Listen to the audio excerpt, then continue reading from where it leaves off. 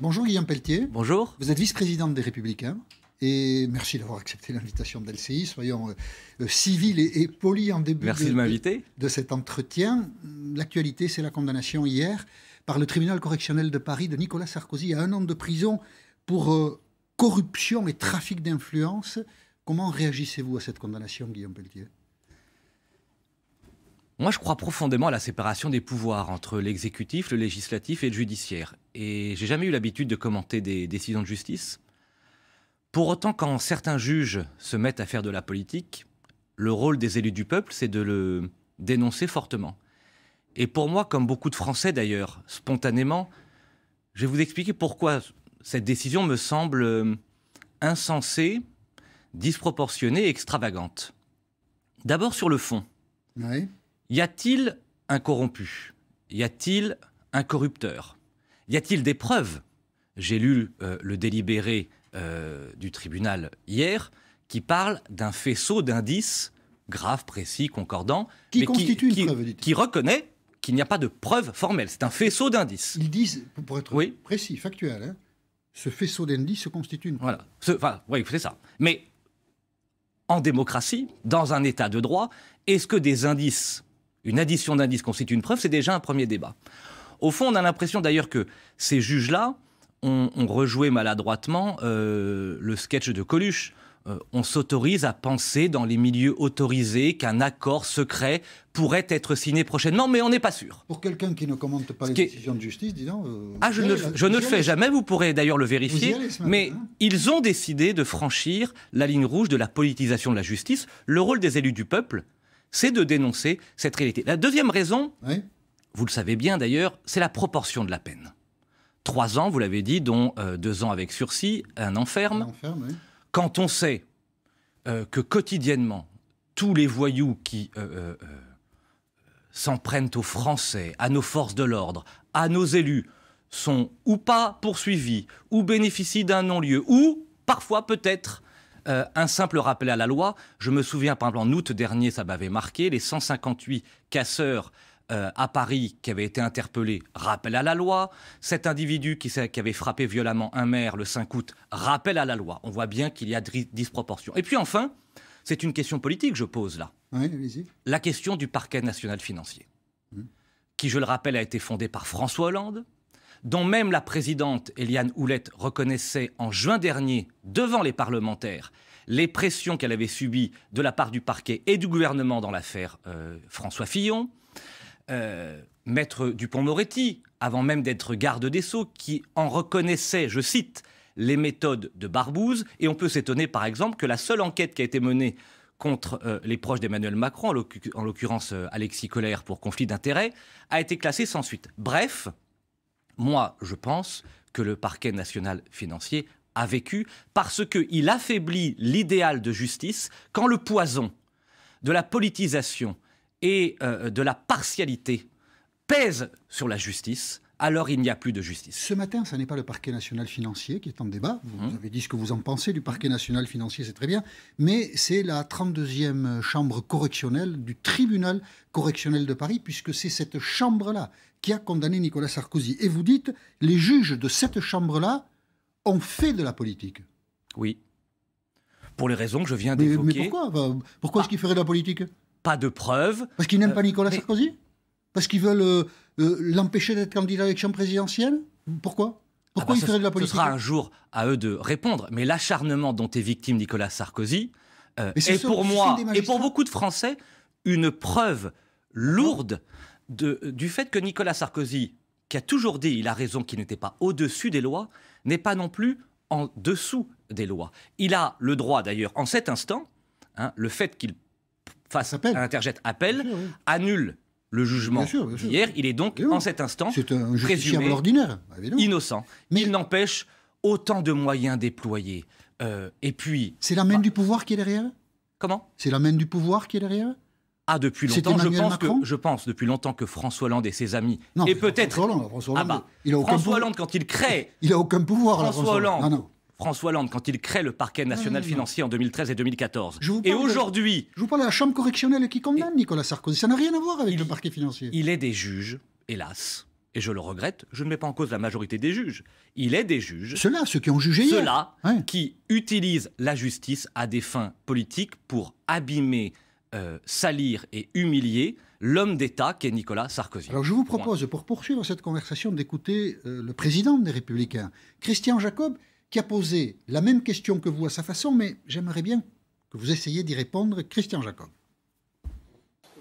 C'est de l'acharnement. C'est indiscutablement de l'acharnement. Quand on est face à un tel acharnement, une telle disproportion de la peine, à qui est-ce que cela profite? À qui est-ce que cela profite? L'avenir le dira.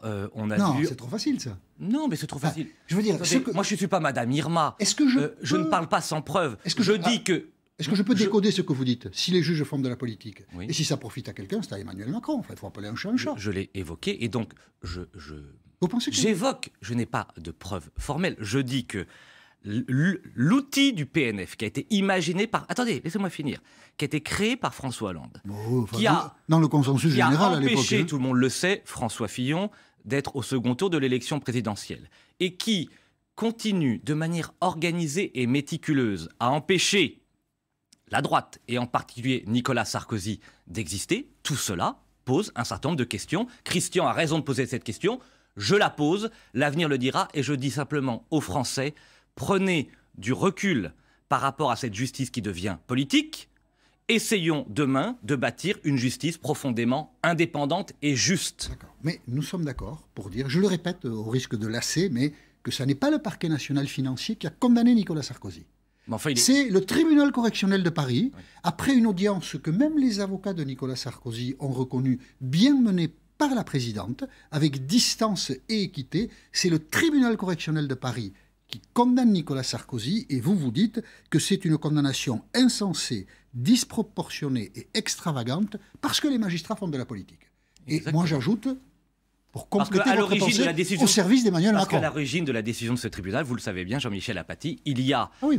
le travail, entre guillemets, du parquet national financier, et puis j'espère que la chambre d'appel invalidera cette décision et rappellera le droit plutôt que d'appliquer la morale. Voilà, donc leur morale. C'est le tribunal correctionnel qui fait de la politique, au service de qui voilà, tout le monde le sait. Et dites-le. Mais je vous l'ai dit à 3 reprises, Emmanuel Macron, peut-être, et ses amis. Emmanuel Macron, peut-être avez-vous ajouté.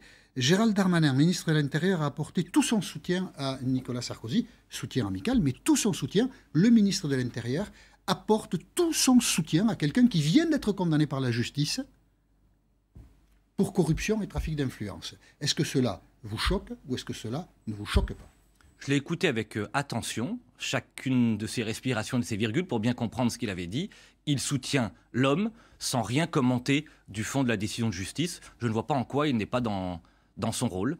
Vous disiez vous-même tout à l'heure, vous faisiez un parallèle entre cette justice qui ne condamne pas des délinquants et qui condamne l'ancien président de la République. Et là, on a un ministre de l'Intérieur qui... pour aucune autre personne condamnée, ne lui apporte son soutien. Il y a une différence de traitement qui s'explique. Peut-être que Gérald Darmanin a des liens particuliers et affectueux avec Nicolas Sarkozy, comme moi d'ailleurs. Moi, je crois ça justifie qu'un J'ai ministre... eu la chance et l'honneur d'accompagner Nicolas Sarkozy. Ça justifie je crois profondément en son honnêteté. Je suis personnellement scandalisé qu'à partir d'écoutes illégales entre Nicolas Sarkozy et son avocat, à partir d'éléments de suspicion entre un service et une information, service Jean-Michel Apathy, dont chacun sait qu'il n'a jamais été rendu, la fameuse nomination de M. Azibert à Monaco.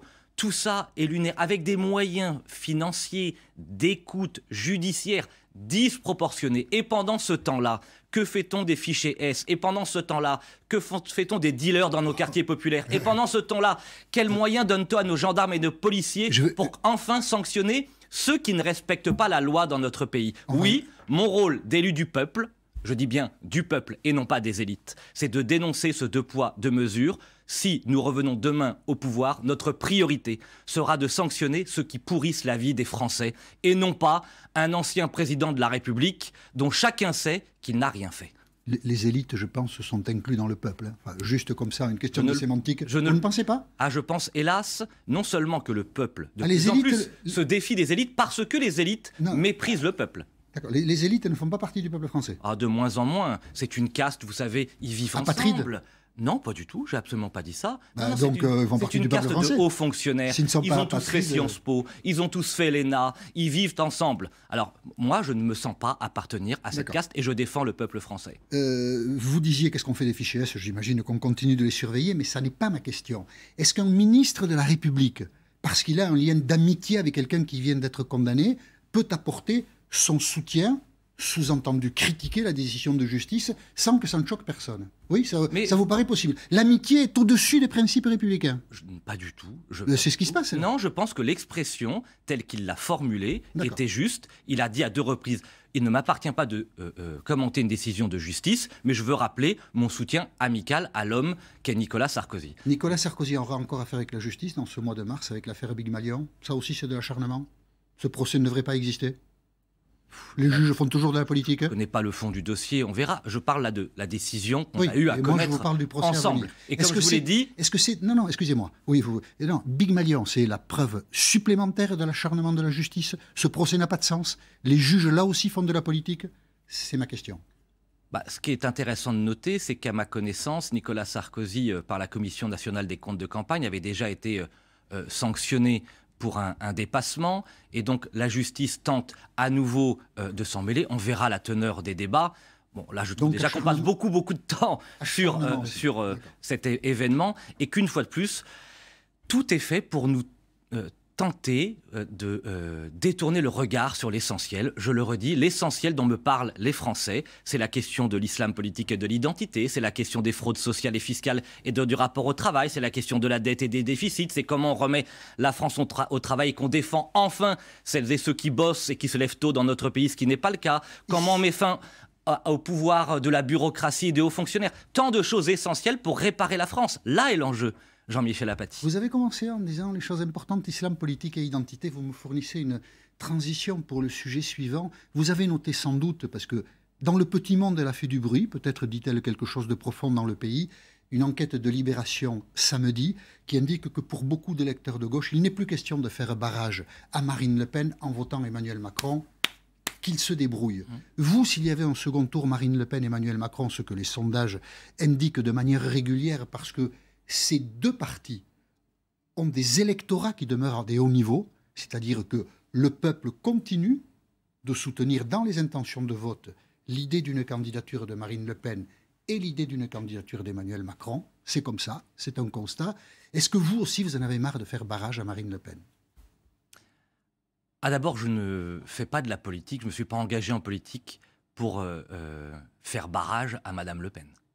Je suis désolé de décevoir la pensée unique et le politiquement correct. Non. Je me suis... non, je ne parle pas de vous. Vous avez voté Emmanuel Macron au second tour en 2017? Non, j'ai voté blanc.